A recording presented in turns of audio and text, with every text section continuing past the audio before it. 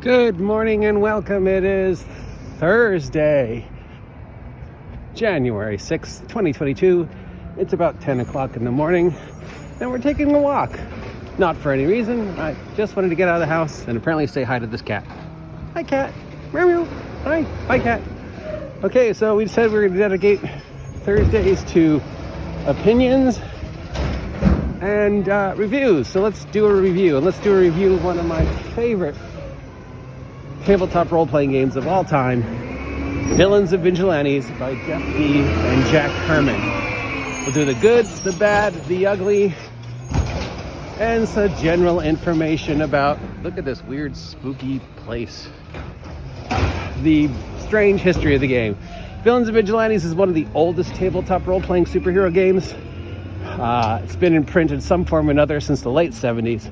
It was my introduction to tabletop superhero role-playing games, and consistently probably the game I have played the most, with the exception of D&D. I think they actually did the math. I might have played D&D more than I've played Dungeons and Dragons. And if you've ever heard my stories about how I got introduced into role-playing, you would know that superhero role-playing game, especially Villians and Vigilantes, are a huge part of my role-playing life. So most people are familiar with the second edition and the various reprints of second edition of Villians and Vigilantes. There's also the Monkey House Games version of Villians and Vigilantes, which is currently out of print. There is Living Legends or Legendary Lives, which is sort of took Villians and Vigilantes and tried to make it into Champions.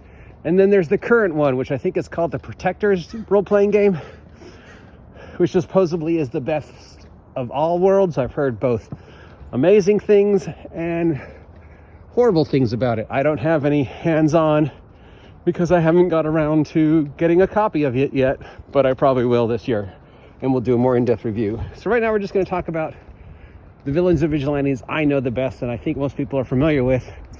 Villians and Vigilantes, second edition. The good. Random powers. Now, a lot of people will say random powers are bad, but random powers are good. I think, especially if you need quick villains, quick heroes, quick NPCs. If you don't have an idea, there are so many different ways and tables and variations on the theme that were presented in Vigilantes that you could, roll two, pick one, roll them all randomly. You could roll an extra one. You could drop one if you didn't want a weakness. That was good, especially for quick characters, quick NPCs. And I know a lot of people are like, random powers? No, but I've played random powers for years, and they always work out. Even the stupidest combinations always work out. The good. The combat system was D20, so it's something everybody knew. It was lower the better instead of higher the better to hit, but everything else was higher the better to like damage and stuff like that. It was level based. Your level actually had some importance because it affected how well you wore in combat, how hard you wore to hit, extra hit points, stuff like that. And despite the randomness of the system, it's one of the very few systems that works where you can play a powerhouse character like a Superman and a more down-to-earth skill-based character like a Daredevil or a Batman, and they both feel like they're playable. The way the combat system works, one doesn't overpower the other. They both feel like they contribute to the world, and there's stuff for the powerhouse to do, there's stuff for the detective to do, and they don't ever really feel imbalanced. It's a very balanced system. There's only a few things that don't make sense, and we'll get to that in the bad. So all in all, for a random power generated superhero role-playing game, it's pretty good. And the random powers are different enough that even if you have two people with armor, there's enough ways to make the armor individual. Another good, which is also bad, is apparently you were supposed to play yourself because that's the character you know the best. Now, the bad to playing yourself is who judges what your stats are. And, if you're like me and you were 8, 10, 12 years old, playing Villians and Vigilantes, suddenly there's sort of a ridiculousness of a 12-year-old me with superpowers running around Studio City, California, fighting crime. That seems kind of silly now. I mean, yeah, Teen Titans, teen sidekicks.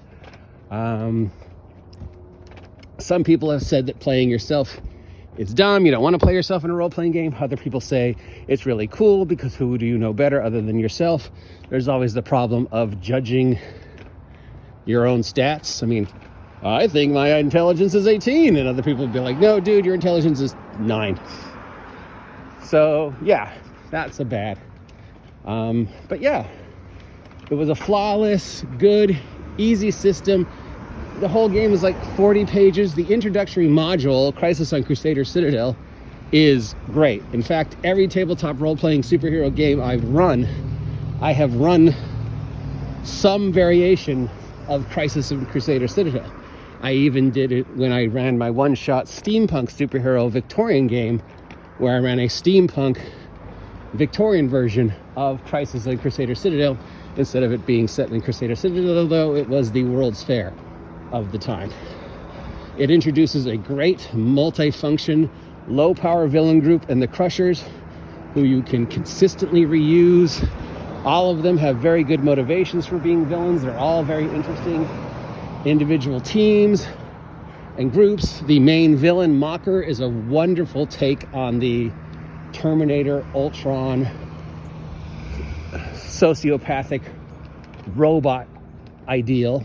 This one is sort of combining Ultron with the Joker. So you have a robot android who thinks he's funny and doesn't like being made fun of, and is always looking to be more human, but also wanting to do things to harm humanity. So the Crushers are a great low-power villain group. They work well together. They all make sense. They all have interesting, unique powers. There's 2 characters with wings, but they're individual enough that, you know, they don't feel like they're just 2 of the same guys. It's like Condor and the Bug Guy feel completely different, even though they're both dudes with cybernetic wings and stuff. So yeah, that's definitely the good. And it's a good, easy adventure. It's an interchangeable adventure. You can do the plot points in any order. Plus it introduces an NPC hero team that the fledgling heroes can interact with, possibly join, or possibly work against in the Crusaders. So it gives you sort of a low power Avengers to be your pals and to be your jump off point, because then the Crusaders are going to have their new sidekicks go off and do stuff for them. So yeah, it's a great introductory adventure. It came with a DM screen as well.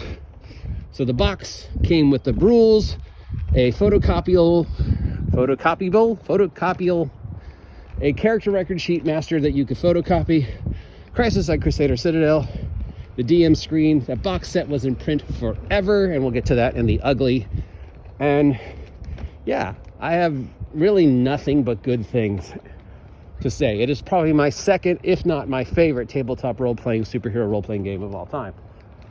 And it's definitely the one I played the most. So it does have a fond spot in my head. Look, Jack in the Box. This vlog is not sponsored by Jack in the Box, but it should be. The bad. Playing yourself. First and foremost, playing yourself. Would you really want to play yourself with superpowers? Well, yeah. But would you really be a superhero or just a super jerk? If I think about it now, 12-year-old me with superpowers, oh God, I would have been awful. First, every bully that bullied me in high school, done for. I probably would have been a villain if I had superpowers in 12. No 12-year-old should really have powers. You shouldn't get superpowers until you've at least dealt with puberty. I know it's a very popular theme of the time. We had the X-Men, who were, kids and teens. We had the Teen Titans, who were kids and teens. We had the Doom Patrol, who were, all young. You had multiple sidekicks at that time in the comic books. So, when your target audience is kids, the idea of playing a 12-year-old kid with superpowers who's a comic book fan, on paper, that sounds great. But, there's the constant What are my stats if I'm playing myself? Who are you to judge my stats? How would I react? What powers do I want? Why do I get stupid random stretching and ice powers?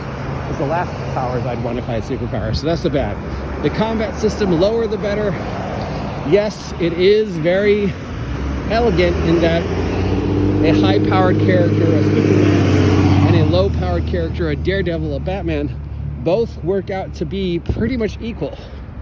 But definitely the combat system favors high agility characters. The initiative system is based upon your agility, so the higher your agility, the more times you go. The hit points definitely favor characters with higher stats. A Superman with enhanced strength and enhanced endurance is going to have way more hit points and way more durability and way more power points than a Batman, or Joe the cop who has normal stats. And a high agility character or a speedster character is going to just dominate combat because they're going 3, 4, 5, 6 times. And your normal character's going once. The mandatory weakness rule on paper is good, but in actual reality, you could randomly roll such a devastating weakness that makes your character either ridiculous or unplayable. Though some people I know manage to play the disadvantages, weaknesses as part of their actual character. I mean,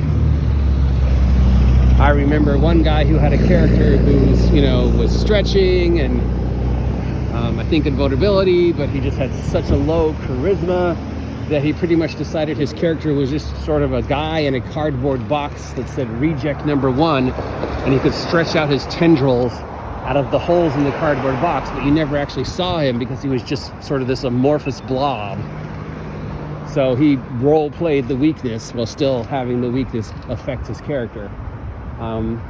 And there are places where the combat system breaks down because the combat assumes that if you roll good enough, you could hit anyone or do anything. And I remember 2 examples where that was just bad. One example would be when a player was running a character that had android body and was mind controlled. And her argument was, I don't have a mind to be controlled. I'm not human. I'm an android. Mind control shouldn't work on me. I'm just I'm a computer. I'm a series of zeros and ones. I'm made of plastic. I'm not made of flesh. And the DM's argument was like, well, I rolled to hit and I was successful and I bypassed your defenses. But her argument is sound. Mind control should not affect a android made of plastic because that's, machine control power should affect her. And mind control should just be like, I don't care what you hit. You don't have a mind to control. So yeah, the combat system was definitely a fault there. And again, where somebody was playing a intangible character and they got hit and their argument was, I'm intangible, you shouldn't be able to hit me. Literally, airplanes can't pass through me. I can walk through solid brick walls. Unless this guy has some special ability to hit intangible, he shouldn't hit me. And the DM's argument was, well, I rolled and I was successful. It's like the intangibility of defense decreases my chances to hit you, but I still hit you. And the argument, of course, is no, you can't hit me. I literally don't exist on the physical plane. So yeah, the ugliness was in the combat system. And now the ugly. Now, if there's any ugly associated with the Villians and Vigilantes name, other than sometimes Jeff D has been known to be very outspoken in some cases, Villians and Vigilantes was owned by a game company, and that guy just storehoused all the product and kept printing the product even if he never sold it except for direct mail, because as long as he had it in the storehouse, he owned the Villians and Vigilantes rights, which is why 2nd edition was in print for so long. Jeff D and Jack Herman were never able to move forward with it. This guy just held on to it and would not let them have the IP back. And as long as he kept printing copies of the Villians and Vigilantes box set and keeping them in stores and selling at least 2 a year, he didn't lose the copyright, which is why there were other versions that came out, like Legendary Lives. When finally Monkey House Games was able to get the rights, they were able to release a new version of Villians and Vigilantes, an updated version that was much more in tune at the times. But then also Jeff D wanted to really push his point-based Legendary Lives system, so that edition of Villians and Vigilantes didn't last very long, and a lot of people felt that it was just sort of a poor man's version of the much better second edition Villians and Vigilantes. Now there's some confusion regarding second edition Villians and Vigilantes, the Monkey House Games versions of Villians and Vigilantes, which is why the new game has a completely different name.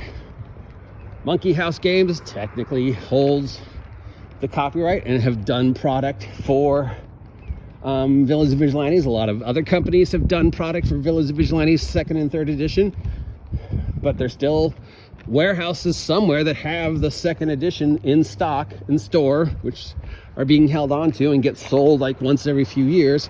And now there's the new one, which has a completely different name. I believe it's called the Protectors Tabletop Role-Playing Game or something like that. I'm not sure. I'm going to order it the second I get home, and we will see what the actual name is.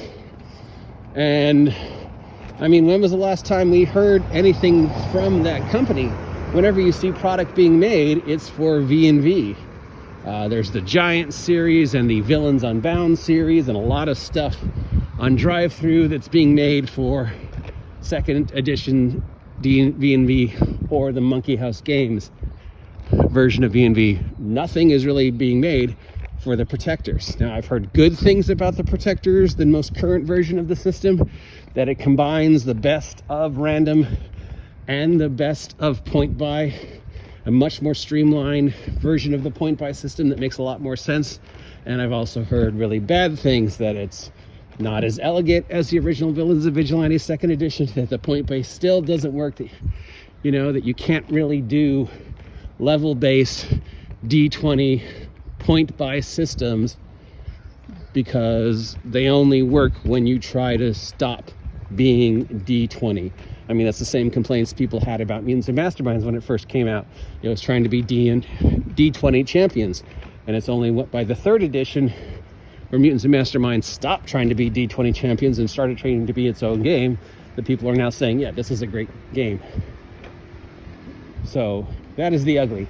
So the good: random powers, playing yourself, seamless, elegant combat system, equality, every character matters. The introductory adventure is brilliant in its simplicity and presents you with an easy to use supervillain group that you can use over and over again, and an easy to use superhero group that you can use as NPCs, and a great way to set off the world.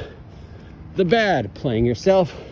The combat system favors high agility and high stats and doesn't really make sense in some cases. Like, how do I mind control a robot which has no mind?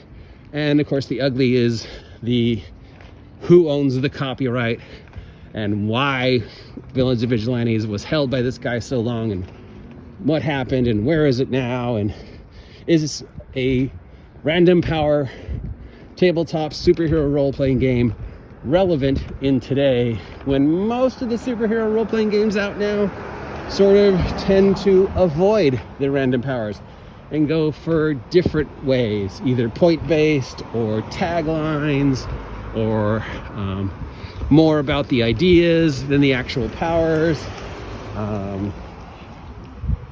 So yeah, is there still a market today for a random superpowered tabletop superhero role-playing game? I think there is, because it's just easy, it's fun, it's simple, it's kind of silly.